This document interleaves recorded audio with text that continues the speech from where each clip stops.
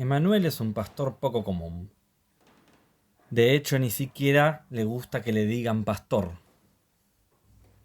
Lidera una iglesia en Villa Celina y una ONG, pero no vive del diezmo de sus fieles y sus opiniones muchas veces retumban en las estructuras evangélicas de estos tiempos, para, creo yo, abrir una nueva forma de espiritualidad cristiana.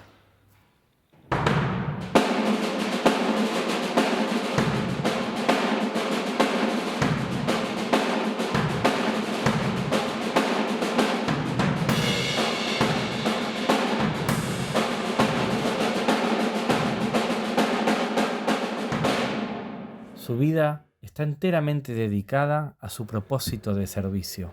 Y a mí no puede dejar de llamarme la atención qué piensan, qué sienten estas personas como Emanuel, que están dispuestas a darlo todo por sus causas, para que este sea un mundo mejor. A mí me gusta, y me parece importante para la gente que escucha y ve, que cuando va a escuchar o ver a alguien, saber desde dónde está hablando.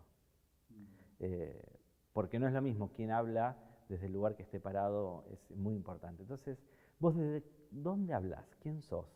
Yo hablo de la realidad misma, mi propia realidad, de mi propia historia, hablo de mi propia necesidad. Muchas veces hablo desde lo que, lo que soy y hacia dónde voy. No como una materia aprobada, sino como una asignatura a veces que está en aprendizaje. Durante muchos años alargué de mis graduaciones y me di cuenta que yo al final de mi exposición establecí una distancia tan larga porque era como que yo era el maestro ciruela, el que todo lo sabía, el alumno perfecto, y del otro lado dejaba una mochila de frustración y de admiración disfrazada en otros sentimientos muy de, de bajeza humana, ¿viste? Envidia. Hoy hablo de mi realidad, de mi propia debilidad. Bien, ahí me dejaste un montón de repreguntas que ya te las voy a hacer. Quiero puntualizar en tu formación, en tus orígenes. Vos naciste de padres que ya eran pastores cuando vos naciste. Sí, Contame un sí. poquito de eso. Bueno, no eran pastores ordenados como suele hacer la iglesia, pero siempre tuvieron ese corazón de pastores. Y con el correr de los años la iglesia los ordenó, pero en mi casa siempre el prójimo era un objetivo hacia donde correr.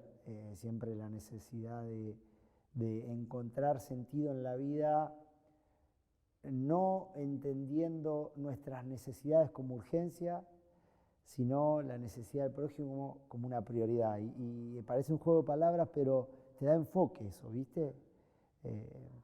Y bueno, y así crecí en un ámbito donde mi papá, mamá, mi hermana mayor, mi hermana menor, y, y bueno, cuando es chico uno es un mundo de aventuras, conociendo un montón de personas que después tienen nombre o no, porque el nombre se afirma en base a la relación sostenida en el tiempo, y si no, bueno, fueron rostros que fueron enriqueciendo el paisaje desde la niñez.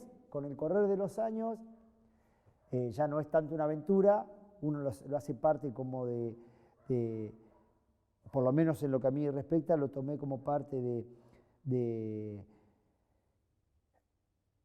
no es mandato, porque la palabra mandato es fuerte, mi propósito en la vida y bueno, y también uno se va acentuando en esa misión y bueno, me ha acompañado hasta acá. Haceme o contame un ejemplo de esos rostros que veías. ¿De qué manera se daba? Yo lo conozco un poco, pero me parece que hay cosas que me Bueno, interesan. siempre los nombro, hay tres rostros puntuales que después cobraron nombre. Son Alejandro, no sé si Liliana o Pepe Liliana. Alejandro, solamente el nombre Alejandro, era el borracho de la esquina de mi casa. ¿Y qué pasaba con ese borracho? Y ese borracho era un hombre que vivía en situación de calle, en plena indigencia, siempre recuerdo que tenía, lo que recuerdo vago, muy vago, porque yo tenía 4 o 5 años, tenía un blazer, no recuerdo si era marrón o azul oscuro, y un olor a alcohol, que yo creo que tendría que decir una leyenda acá, peligro inflamable, porque era terrible el olor a alcohol, pero no era olor a vino, era olor a alcohol. Para mí el hombre tomaría alcohol etílico. Y ese hombre, mi papá tenía un gran almacén, ahí, esto era en Villa Madero, la gente en situación de calle siempre está aledaña a las estaciones, y era la estación de Villa Madero, mi papá tenía justo enfrente de la estación, entonces el hombre siempre a esta hora, a la hora que baja el sol, se acercaba y mi papá siempre le preparaba un buen sándwich y le daba una taza de una infusión caliente, y bueno, y así, y comenzó a ser más asiduo la visita, y ya todas las tardes, y bueno, mi mamá era peluquera, y les cortaba el pelo y lo llevaban a casa a bañar, y bueno, hasta que un día lo encontraron muerto. Después está Liliana. Liliana era una niña que tenía, cuando yo la conocí, 8 años, ella tenía un año más que yo tenía 7, y venía siempre con algunos de sus hermanitos a golpear la puerta y a pedir algo. Mi mamá siempre le daba alimento no perecedero, ropa. En ese tiempo mi mamá justo abre un merendero y la invitó, y bueno, junto con Liliana empezaron a venir un montón de niños, pero mi mamá tenía un cariño tan especial por esta niña, una niña de color trigueña, con pecas en su nariz, ojos pardos y el pelito como si estuviera quemado, ¿viste? Quemadito. Y mi mamá tomó un especial cariño y empezó a venir a casa, y bueno, y después empezó a quedar en casa, y empezó a dormir en una pieza, hasta que después, bueno, Liliana se fue a la casa de otra familia que tenía otras posibilidades. Y bueno, y Liliana, hoy yo sé de la vida de ella, ella vive en Entre Ríos, se casó, tiene una familia hermosa, de vez en cuando hablamos por Facebook. Y después está José Mastrobuono. Pepe era un adicto, alguien que mi papá lo ayudó en pleno proceso de recuperación de adicciones. Empezó a venir a casa, se quedaba, dormía en mi pieza, y bueno, y se recuperó, y después mi papá lo empezó a llevar a trabajar. Mi papá no solamente tenía ese autoservicio, sino que era distribuidor mayorista de quesos y fiambre, y comenzó a ir a trabajar con él en el reparto, hasta que después mi papá le terminó de vender el reparto, toda la distribuidora de queso y fiambre, de lo cual nunca se lo pagó. Pero esos fueron los rostros que después tomaron nombre, y son esas 3 personas puntualmente en mi infancia que me marcaron. ¿Y cómo convivía un chico que generalmente en el común denominador de todos los que fuimos chicos y los infantes de ahora, que muchas veces celan a sus hermanos, vos tenés hermanas, sí, y además encima te aparecen hermanos o gente con quien compartir a tus papás de manera ocasional? ¿Vos llegabas a entender el cristianismo que había a lo mejor atrás de esa acción? ¿O? Era difícil. Yo recuerdo que con Liliana puntualmente, cuando ella va a otra casa, es porque yo me había puesto muy celoso. Claro. Porque Liliana era una niña que hoy lo veo yo reflejado en mi accionar, que cuando vos le das un poco de cariño te abraza y no te suelta. Y yo sentía que estaba empezando a ocupar el lugar que me correspondía a mí como hijo. Y mis padres empezaron a ver eso en mí y en mis hermanas, y bueno, tomaron la decisión que fueran a una casa, a otra casa. No sé, capaz que si psicoanalizamos, capaz que habrá un viejo trauma en mi vida, pero eso no me enojó, no me trabó en la vida. Me dio herramientas,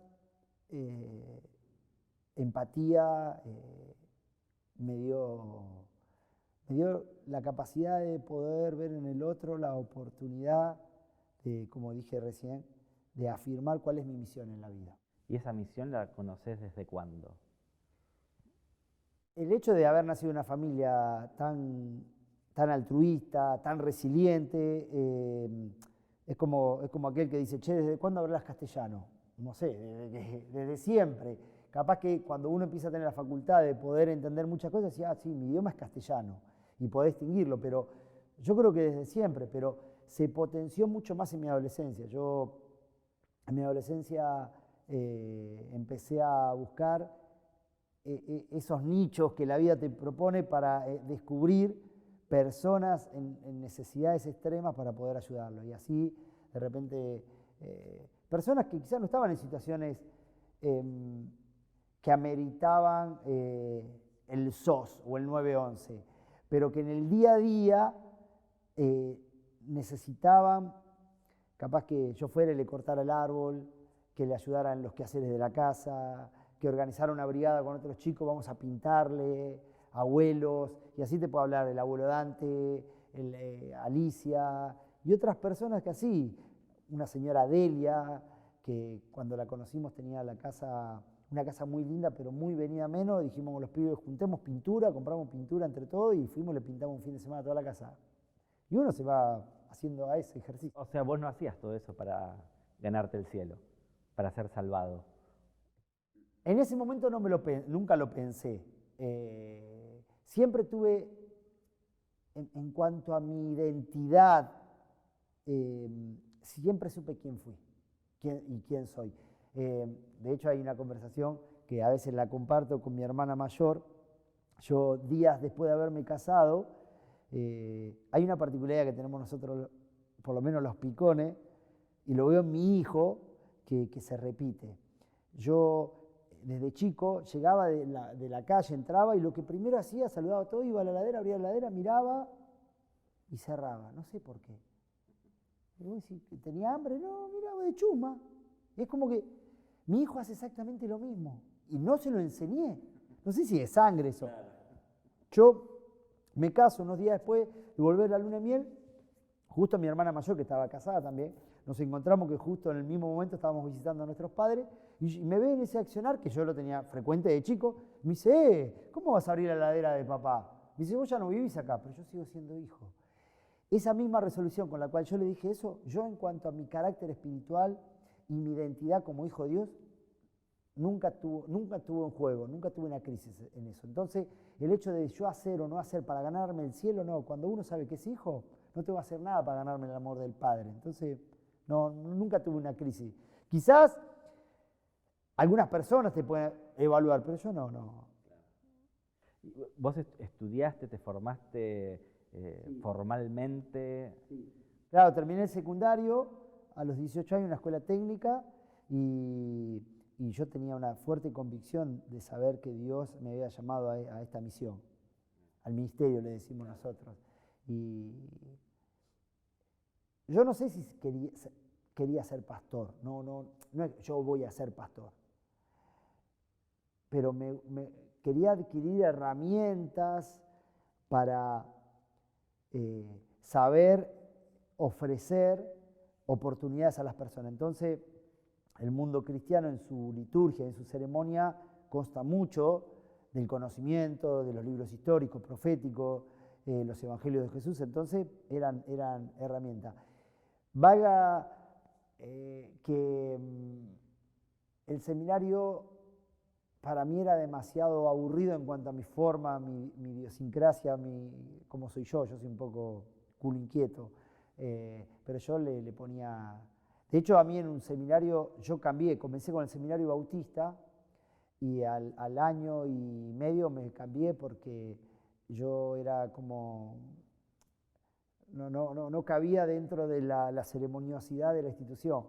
Y en una oportunidad, medio como que me miraron mal y dije, bueno, se ve que yo no pertenezco aquí. Y me fui a otro seminario en el cual terminé un bachillerato en teología y después hice, bueno, una graduación más. Pero me encantó el hecho de conocer, pero siempre desde la honestidad de buscar fundamento en lo que uno dice creer. Vos sos una persona que demuestra día a día su fervor por la experiencia. Siempre te escucho hablar de lo clave que es para vos la experiencia. Pero también es como lo pensaste en ese momento, que por eso te formaste y es clave la formación. Sí. Teniendo en cuenta eso, que tenés tanto la experiencia como la formación, sí. ¿Qué es la Biblia?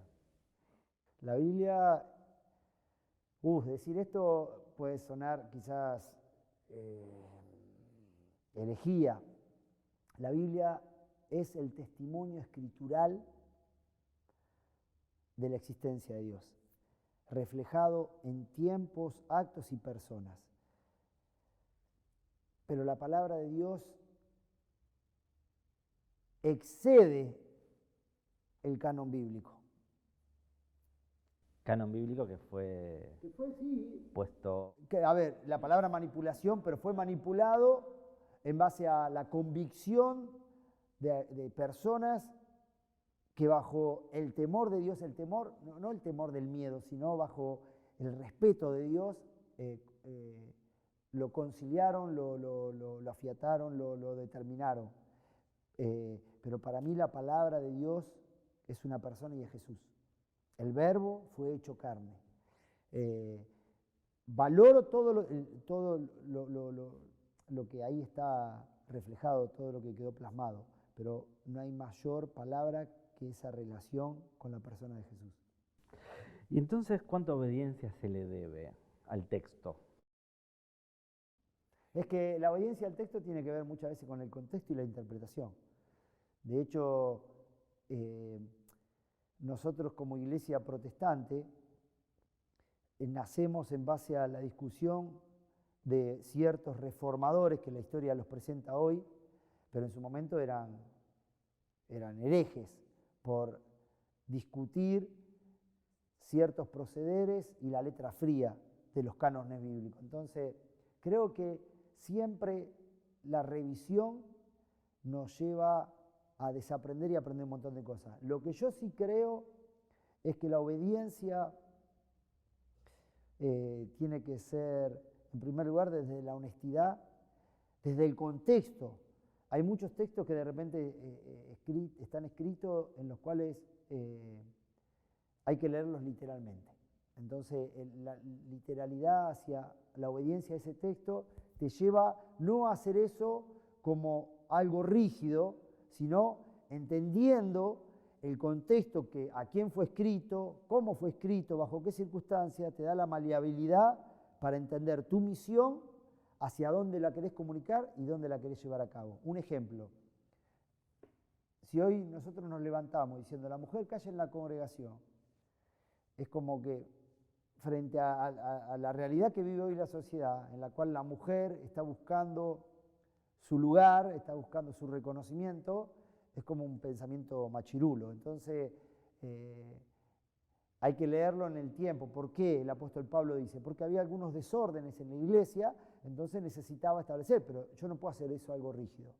El misionero tiene que tener la capacidad de hacerse a ellos, de entender el lenguaje, vestirse como ellos. Entonces yo tengo que hacer de la palabra de Dios, entendiendo que es una persona en la cual vino a lo suyo y lo suyo no lo recibió, pero abrazó, se acercó, se extendió, se multiplicó de acuerdo a la necesidad de las personas. Entonces, por ahí viene para mí el tema.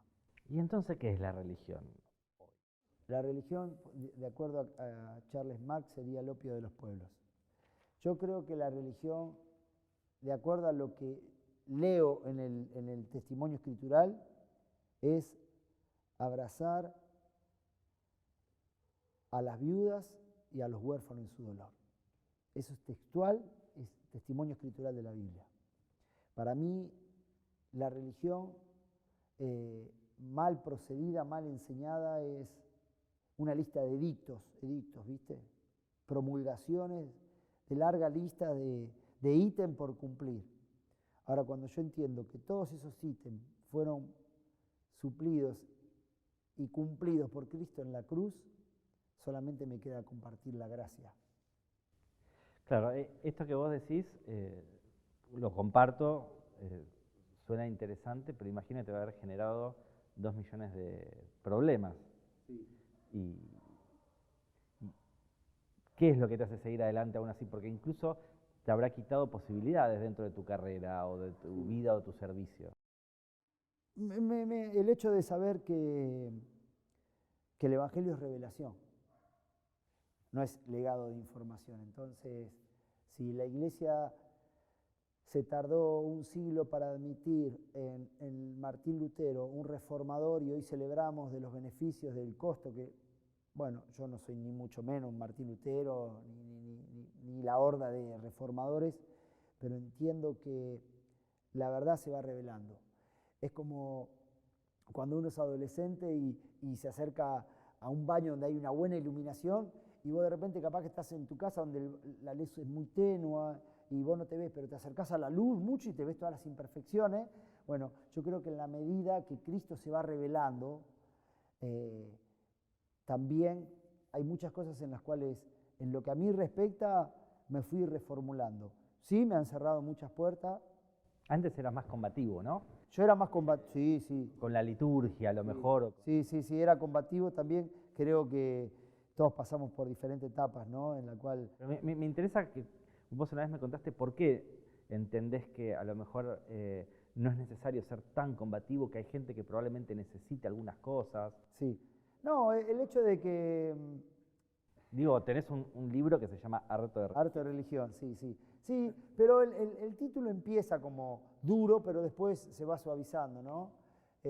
También, no le digo que es una estrategia comercial, pero de repente se prende la luz del escenario y vos tenés que llegar. Si no, en los 30 segundos no lograste llamar la atención de la persona, ya está, los perdiste. Entonces, desde el punto de vista de poder dar a conocer, de saber comunicar lo que ha sido para mí una experiencia trascendental y un antes y un después, necesité.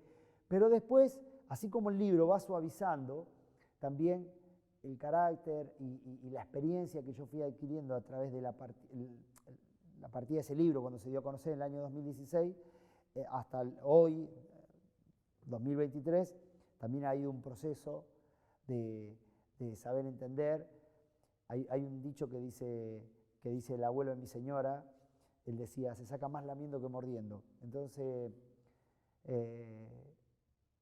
saber encontrar el momento, el lugar, pero hay un perro adentro, a veces rabioso, que se enoja, pero bueno, esa es tarea del Señor que va a seguir moldeando mi carácter. En tu libro lo mencionás, y vos recién le hiciste mención al pasar, me gustaría que, aunque sea brevemente, me puedas contar la experiencia esa que a vos te hizo cambiar o sentir que tenías que escribir ese libro. No, a mí me pasó que no es que yo un día dije, me voy a poner a escribir un libro. De hecho, yo ya había escrito un libro, pero a raíz de una experiencia en la cual yo había tenido, que en un momento me encontré, por una experiencia que habíamos tenido familiar, fuera de lo que hoy es esta iglesia, en la cual yo hoy estoy pastoreando, me encontré fuera, y todo eso de verlo del lado de afuera te hace entender un poco la mirada del común de la gente. Empecé a experimentar un montón de cosas que de repente hoy suelo seguir viendo, pero ya con el conocimiento de yo haber aprendido eso, ¿no? De repente que personas que dicen estar apartadas, personas que dicen estar en rebeldía, personas que dicen que hay muchas cosas en las cuales no entienden, y yo las empecé a experimentar. Bueno, de repente fueron noches sin dormir en la cual yo me despabilaba, me despertaba y me daban cosas por escribir, que en su momento dije, esto no sé si era catarsis, no sé qué, pero yo empecé a escribir, y de repente me encontré con 120 páginas, en la cual no tenía ni título, y se las comparto a un editor de un libro. No sé si era el deseo de escribir el libro, de decir, che, hagamos esto un libro. Le dije, un hombre reconocido, llamado Marcelo Lafitte, antiguo editor y director de un periódico cristiano. Yo lo conocía de nombre, él me conocía de nombre, le dije, Marcelo, tengo esto, me dice, pásamelo, me dice, en unos días te contesto, habré hablado a las 6 de la tarde, un jueves, el viernes a las 10 de la mañana me manda un mensaje, me dijo, Manuel, ¿de dónde sacaste esto? Y le dije, que está muy mal, me dice, no, esto es impresionante, me dice, ¿qué pensás hacer esto? Le digo, bueno, decime vos, vamos a hacer un libro, me dice, esto es impresionante. El libro, de hecho, no tiene capítulos, claro. Tiene títulos, claro. No tiene, después en su formato digital, en las aplicaciones digitales, tuvieron que, para hacerlo los EPUB, no sé cómo llaman eso, los ebook, sí. Tuvieron que reformularlo y ponerle como capítulos, pero en su escritura original no tiene eso, y bueno, y se plasmó en eso, y Y bueno, ha sido una plataforma para muchas personas poder identificarse con una realidad en la cual sabían que algo les pasaba, pero no sabían ponerlo en palabras. Yo siento que Jesús está mal explicado, o ha sido mal explicado, ya sea por errores o por, no por errores, sino con intencionalidad. Y lo baso no solo en la historia o en lo que hemos hablado, de lo que te he escuchado, sino que hay algo que a mí siempre me llama la atención, una acción que se da mucho, que es cuando la gente, en general, la gente sin formación, la gente con formación, intelectuales, cualquier persona, insulta, descree o menosprecia a Dios, y cuando habla de Dios habla de religión, es como que es el mismo término en un punto. Y a mí me da la sensación que no es casi hasta para nada lo mismo. De ahí es que yo muchas veces siento que Jesús ha sido mal explicado. No sé qué opinión tenés sobre eso, porque además vos tenés responsabilidad de explicar. Yo de último es una opinión personal que construyo y me sirve para mi fe o no. Pero vos además te encontrás frente a la necesidad y hasta la obligación muchas veces de explicarlo. Claro. No, yo tengo que ser honesto, siempre mi prédica, mi exposición tiene que nacer de mi honestidad. Y mi honestidad no significa que sea la verdad. Yo puedo tener una interpretación y puedo tener una manera de verlo de acuerdo a los ojos con que veo, y también de repente la gente suele proyectar en Dios la figura de la autoridad con la que se crió. Y de repente si el padre fue una persona ausente, Dios es ausente. Si el padre fue una persona exigente, Dios es exigente. Entonces me parece que yo me di la oportunidad de cambiar los prismas. Como dije recién, en mi experiencia, yo en un momento de encontrarme fuera de la institucionalidad, me hizo entender. Es como que me corrí de ser el doctor a ser el paciente y empezar a entender el dolor. Yo nunca voy a decir que lo que yo digo es la verdad, es mi manera de entender, de ver a Jesús. Descubrí a un Jesús que su amor está por encima de todo juicio, que Él siempre gana, que sus planes son siempre perfectos, aunque no sean perfectos para mí, que es grande o pequeño de acuerdo a la mirada que yo tengo, y me doy la libertad de poder encontrar también a ese Dios fuera de los ámbitos que muchas veces solemos encasillarlo. Por ejemplo. Y de repente lo encontré en lugares donde quizás antes para la iglesia era algo obsceno. De repente, no sé, Dios puede estar en un encuentro entre borrachos y amigos pasados de copa. Porque mi mente es muy finita para entender lo que es Dios. Yo siendo criatura no puedo entender al Creador, entonces no me puedo dar el derecho a decir que yo tengo el conocimiento, la verdad absoluta. Soy simplemente un intérprete de experiencias personales y espectador de experiencias ajenas, pero después lo he escuchado, lo he encontrado a Dios en canciones, en experiencias, en juntadas.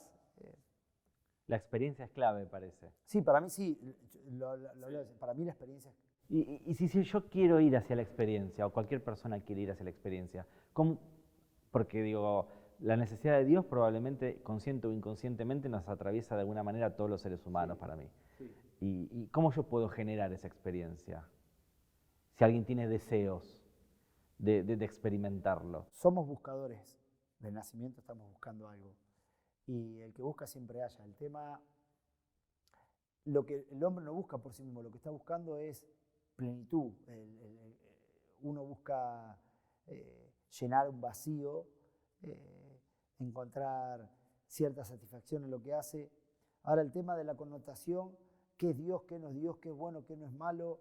Yo creo que el hombre por sí mismo en un aspecto tiene la racionalidad, tiene conciencia, aunque la Biblia dice que muchas veces la conciencia se cauteriza, es decir, que la conciencia se anestesia. Pero me parece que desde la prédica la iglesia muchas veces ha puesto un condicionamiento en cuanto al tema de que todo aquello que se salga de lo que los cánones establecidos, la persona pierde la identidad. Yo creo que no. Yo creo que la identidad no está dada por lo que el hijo, lo que una persona hace, en este caso yo como hijo, sino por lo que el padre determina. Entonces, en definitiva, cada uno va a encontrar las respuestas a las decisiones que haya tomado. Pero, ¿quién te quita lo bailado? La experiencia para mí es el arte de vivir, es la oportunidad cada día no sé, un ejemplo, algo muy básico, ¿no? Siempre me pasa con mis hijos, cuando eran más chicos, que les decía, tómate, prueba esto. No, no me gusta, pero ¿cómo puedes decir que no te gustó si no lo probaste? Entonces, cuando la iglesia termina limitando la experiencia de Dios simplemente a un ámbito, a un día, a un lugar, a decir, hoy la presencia de Dios está acá, creo que estamos abreviando a Dios a una finitud de lo que la Biblia puede narrar de experiencia a otros que hablan de una eternidad. Me parece que vale la pena experimentar y vale la pena abrir juego y vale la pena. Y si algo hacemos mal, Él es amplio en perdonar, amplio en misericordia, pero bueno, en definitiva todos somos buscadores de esa plenitud. Claro, hay una cuestión de manipular o manejar la experiencia, en todo caso, cuando se dice esto en una iglesia, que hoy Dios está aquí, y es de alguna forma de apropiarse también, de algo que no se debería poder apropiar por definición, porque si Dios es eterno, un simple ser humano no se puede apropiar. Sin embargo, en las iglesias vemos desde este dicho que vos acabas de decir, hasta propuestas para pactar con Dios y conseguir cosas. ¿Cómo se le habla también a las personas que hoy están teniendo tanta necesidad? Y muchos van a buscar eso, cambiar el auto, muchos van a buscar mejorar su sueldo. Y tal vez la experiencia es más superficial o netamente material. Sí, creo que a veces el ámbito de la iglesia o la iglesia que se fue deviniendo, se fue construyendo, a veces me da a pensar que es un ámbito para gente de mente frágil o débiles, ¿viste? De ignorancia. Y yo creo que tenemos que revertir esa mirada. Se puede pensar en la iglesia. La fe no se separa de la razón, en algún punto se conecta, porque yo necesito creer en algo veraz. En segundo lugar, Dios no tiene apellido. No es ni evangélico, ni católico, ni mormón, ni adventista. Dios es Dios. El evangelio es revelación. A uno se le tiene que revelar. Eso es lo que me pasó a mí. A mí, en base a mi experiencia, de un día encontrarme fuera de todo lo que durante un tiempo me sostuvo y me salvó la vida en un aspecto, porque fue bueno, pero se me reveló. Y cuando alguien dice, ¿cómo se te reveló? Sí, Pablo, el referente escritural más importante de la Biblia en el Nuevo Testamento, estaba totalmente convencido que servía a Jesús y se encontró persiguiéndolo camino a Damasco. Y le dijo, Saulo, ¿por qué me persigues? Entonces, creo que hay cierta revelación que está al alcance de aquel que busca.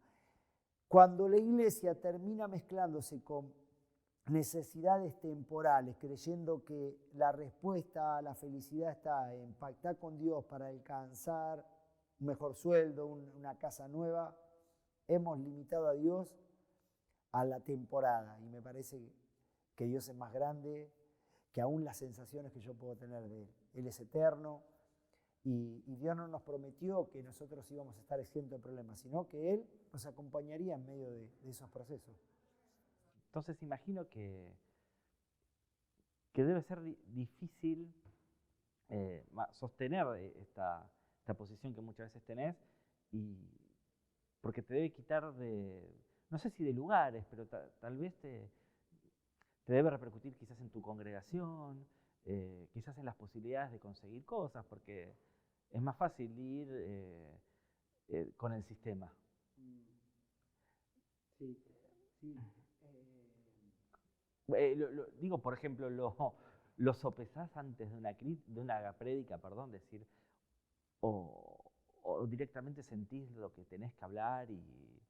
No suelo mucho pensar en las palabras, armar el discurso. Como vos sabés, funciona mejor desde la espontaneidad. Mi discurso no está armado la sumatoria de 3 horas durante una semana frente a un escritorio. Mi discurso está armado en base a mi experiencia semanal. Yo, como orador, me presento a contar de lo que he experimentado en la semana y busco algún texto referencial de la experiencia de otra persona para enriquecer.